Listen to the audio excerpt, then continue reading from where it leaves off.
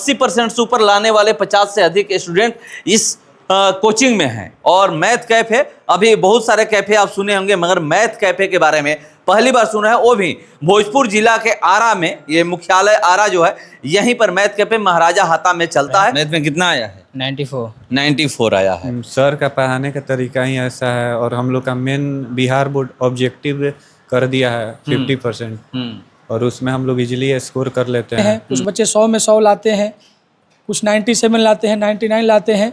इसमें हमारा बहुत छोटा एक रोल होता है। मेरे पास जो पाठ्य पुस्तक टेक्स्ट बुक तक नहीं था, तो मैं किस साथी से टेक्स्ट बुक लिया, उसको एक रफ कॉपी में नोट करके पूरा टेक्स्ट बुक को लिख लिया था। इनका थ्योरी बहुत बेस्ट है। थ्योरी का यही जरिया है, जो भी ये मैथ तोड़ के बताते हैं, जो भी मैथ को ये समझाते हैं, तो लड़कों लोग का ये समझ में आता है, छात्र लोगों को, कि नहीं सर जो बताए ये मतलब कि गृह कलर से हमारे अंदर आकर्षित हुआ। कि आपके ज़माने में कोई 90 से ऊपर लाया हो, 100 में 100 लाया हो मैथ में? हमारे ज़माने में 90% लाना एक बहुत बड़ी बात मानी जाती थी, क्योंकि वो शिक्षक जो क्वेश्चंस वगैरह जितना जो है वो उस ढंग से न शिक्षक पढ़ा पाते थे, और ना ही उस प्रकार से वातावरण था। अभी तक आप लोग सुने होंगे कॉफ़ी कैफ़े, साइबर कैफ़े, मगर मैं पहुंचा हुआ हूं मैथ कैफ़े में। और जो यहाँ के मैथ कैफ़े के संचालक हैं, पहले मैं इन्हीं से बात करूंगा। यहाँ पर लोग तो कॉफ़ी कैफ़े, साइबर कैफ़े देखे थे, मैथ कैफ़े आप क्या सोच करके नाम रखे हैं? सबसे तो पहले मैं आपको और जो दर्शक देखेंगे उनको मैं धन्यवाद देना चाहता हूँ।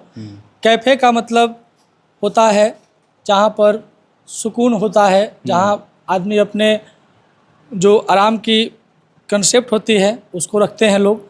तो वहीं हमने सोचा कि बच्चों को सुकून के लिए हम तो मैथ पढ़ाएंगे ही, बट इसका नाम मैथ कैफ़े कर दिया जाए।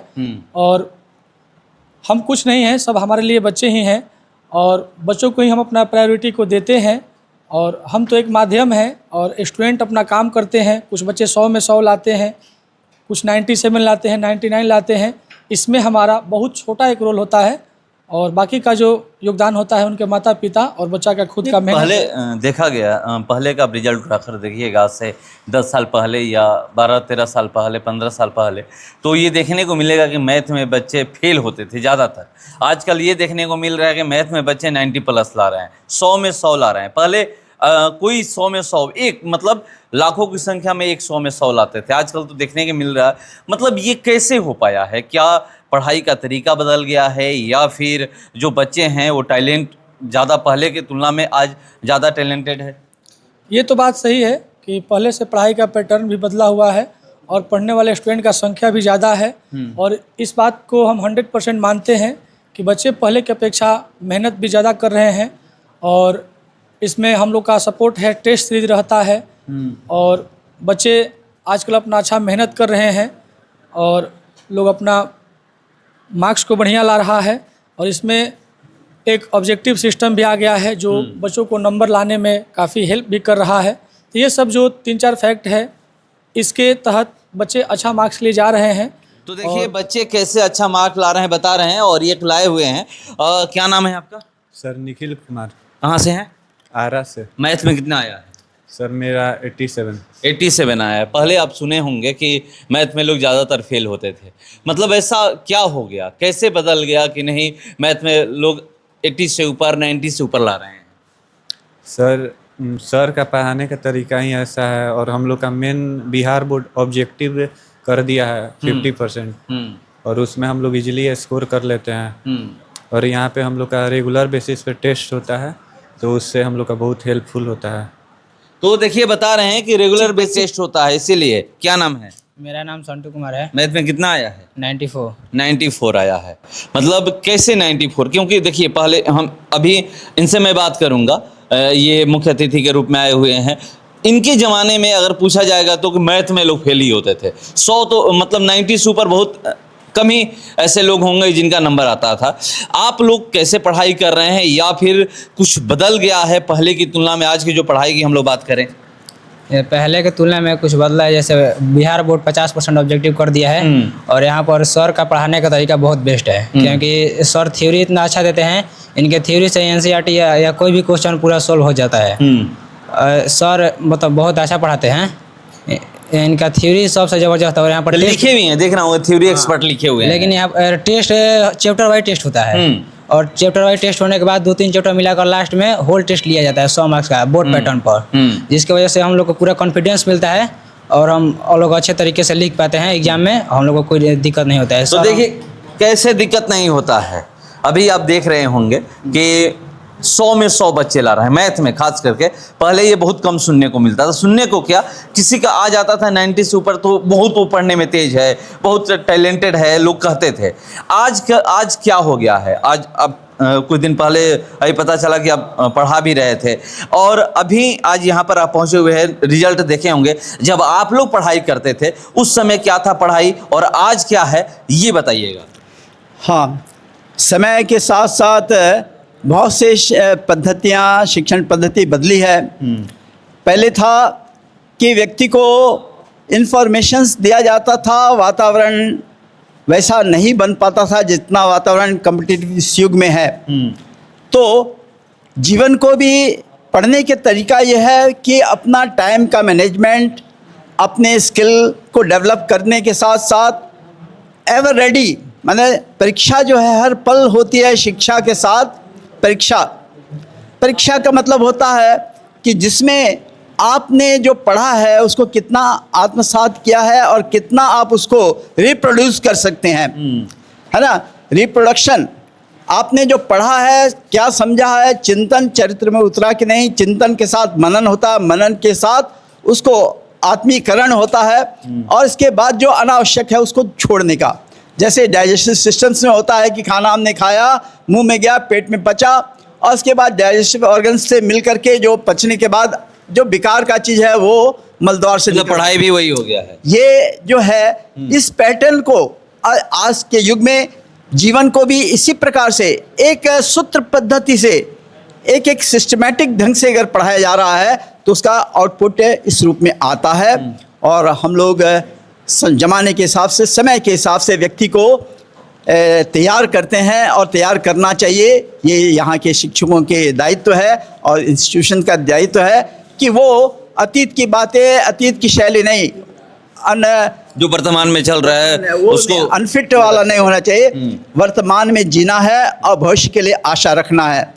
अतीत से प्रेरणा लेना है, वर्तमान में पुरुषार्थ करना है और आशावान भविष्य का निर्माण करना। याद आपको आ रहा है कि आपके ज़माने में कोई 90 से ऊपर लाया हो, 100 में 100 लाया हो मैथ में?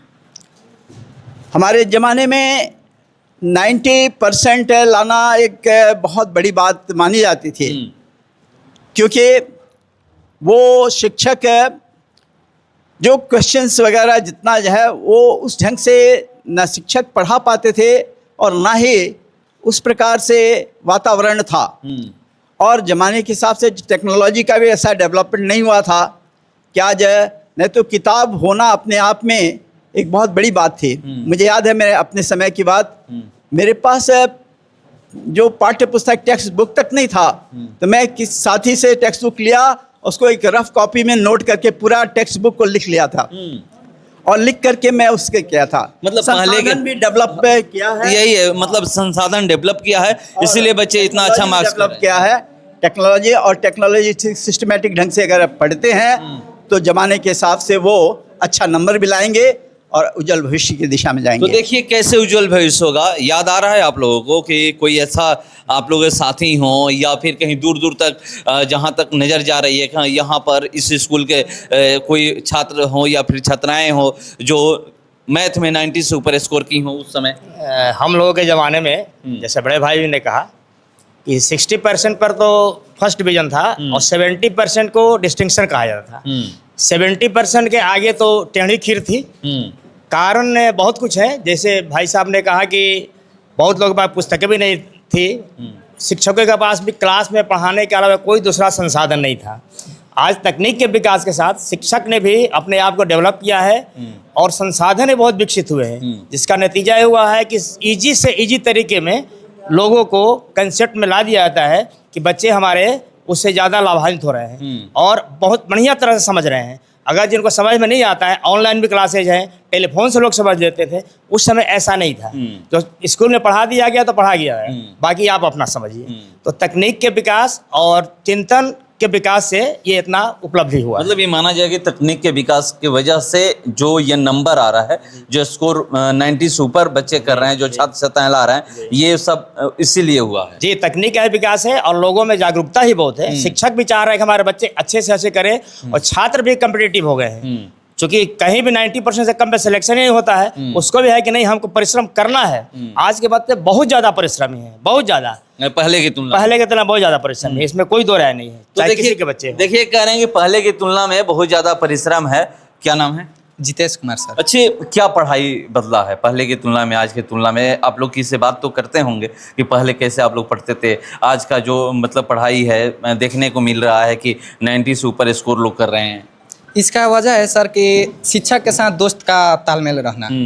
अगर हम शिक्षक से निडरता हुआ, यानी कि कोई भय के साथ अगर हम उनसे बातचीत कर लेना, जैसे कि मान लीजिए कि दोस्त से कोई बात करता है कि यार ये दिक्कत है या वो प्रॉब्लम है, कोई भी समस्या के लिए, अगर हम सर से बिना डरे हिचकिचाए पूछते हैं कि सर इसमें मेरा प्रॉब्लम आ रहा है, सर बता रहे हैं, इस सर का वही कारण है, दोस्त की तरह ट्रीट करते हैं अपने स्टूडेंट को।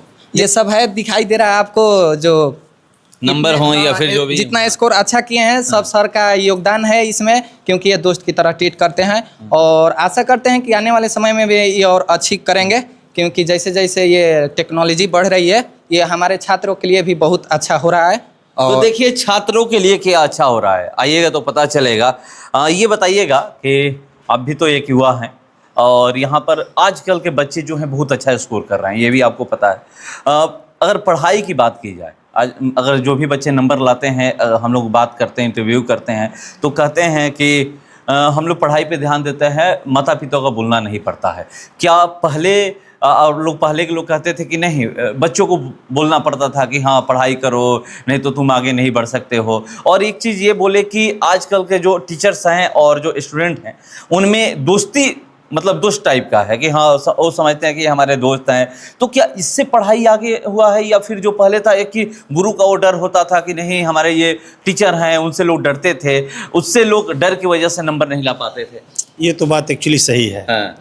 कुछ पहले ऐसा भी होता था, अगर जे कोई क्वेश्चन हमसे छूट जाए, 50-100 लड़के के कतार में हम लोग खड़े हैं और कोई क्वेश्चन बन नहीं रहा, उसको समझ नहीं पाए, लेकिन उस सर से एक्चुअली नहीं होता है जो कि डिफेंस, सर को देखकर डिफेंस भी होता था। इसके वजह से लोग पूछ नहीं पाते थे, पूछने की नहीं वजह वो लड़का समझ नहीं पा रहा था। जब नहीं समझेगा तो उसका तो मैथ वो कहीं जूनियर रह जाएगा। आज के डेट में देखिए शिक्षा का बदलाव बहुत अच्छी तरह से हुआ है। शिक्षा के बदलाव का नतीजा ही है जो कि आज ये सब देखने का मिल रहा है। लड़के लोग का ये समझ में आ रहा है कि आजकल कंपटीशन का युग हो गया। अगर जे हमारा 60% अगर जे रिजल्ट रहता है तो मैक्सिमम एगो हमारा आधार है, इससे हम कुछ नहीं कर पाएंगे। अगर जे 98, 97 या 100 में 100 रहता है तो हमें नौकरियां लेने में बहुत ही आसानी होती है, तभी मेरिट बन पाएगा या कहीं हम स्कोर कर पाएंगे। यही सब एथी है। सर जो पढ़ा रहे हैं यहाँ का थ्योरी बहुत बेस्ट है। गुरु सर का जो ये मैथे कैफ़े का जो संचालक है, इनका थ्योरी बहुत बेस्ट है। थ्योरी का यही जरिया है, जो भी ये मैथ तोड़ के बताते हैं, जो भी मैथ को ये समझाते हैं, तो लड़कों लोग का ये समझ में आता है छात्र लोगों को कि नहीं सर जो बताए ये मतलब कि गृह कलर से हमारे अंदर आकर्षित हुआ। यहाँ पर जो बच्चे पढ़ने वाले 12th क्लास में जो बच्चे अच्छा नंबर लाए हैं या फिर जो उत्तीर्ण हुए, पास हुए हैं, उनको सम्मानित किया गया है यहाँ पर। और मुख्य अतिथि लोग पहुँचे हुए थे यहाँ पर और मैं बात करने का प्रयास किया। क्या कुछ कहना चाह रहे हैं? हाँ, बात ये है कि शिक्षक विद्यार्थी का अच्छा पाठक होता है। विद्यार्थी को जो पढ़ लिया और तब जाकर के उसको जहाँ से वो उसकी गाड़ी अटकी है, जहाँ पहुँचा है, विद्यार्थी को पढ़ा है, वो विद्यार्थी को पढ़ा सकता है कि उसको आगे का रास्ता करना है। इसलिए शिक्षक अच्छे पाठक के रूप में विद्यार्थी का अच्छा पाठक, और वो उसको दिशा देने का काम, और ये हमारे गुड्डू भाई का जो व्यवहार लगा कि शिक्षक विद्यार्थियों के अच्छे पाठक भी हैं और इसलिए विद्यार्थियों के अच्छे सहयोगी भी हैं और आज विद्यार्थियों के लिए अच्छे मार्गदर्शक भी हैं। तो देखिए अच्छे मार्गदर्शक हैं और सबसे जरूरी चीज़ यही होती है कि कोई भी कहीं भी अगर मार्गदर्शक किसी को अच्छा मिल जाता है तो वहाँ पर सफलता मिलती है। और यहाँ पर हम लोग यहाँ पर देख सकते हैं कि 12th मैथ टॉपर 2025 जो मैथ में टॉप किए हैं, 11वीं का नया बैच 14 अप्रैल मंगलवार से शुरू हो रहा है। आप लोग एडमिशन करा सकते हैं अभी भी। 80% से ऊपर लाने वाले 50 से अधिक स्टूडेंट इस कोचिंग में हैं। और मैथ कैफे, अभी बहुत सारे कैफे आप सुने होंगे मगर मैथ कैफे के बारे में पहली बार सुना है, वो भी भोजपुर जिला के आरा में। ये मुख्यालय आरा जो है यहीं पर मैथ कैफे महाराजा हाता में चलता है। तो आप लोग एक बार आएँ और आकर के यहाँ पर विजिट करें। जिनको भी मैथ पढ़ना है 11 और 12 का यहाँ पर आकर के पढ़ सकते हैं। फिलहाल इसका इतना ही, बने रहिए हमारे साथ। नमस्कार।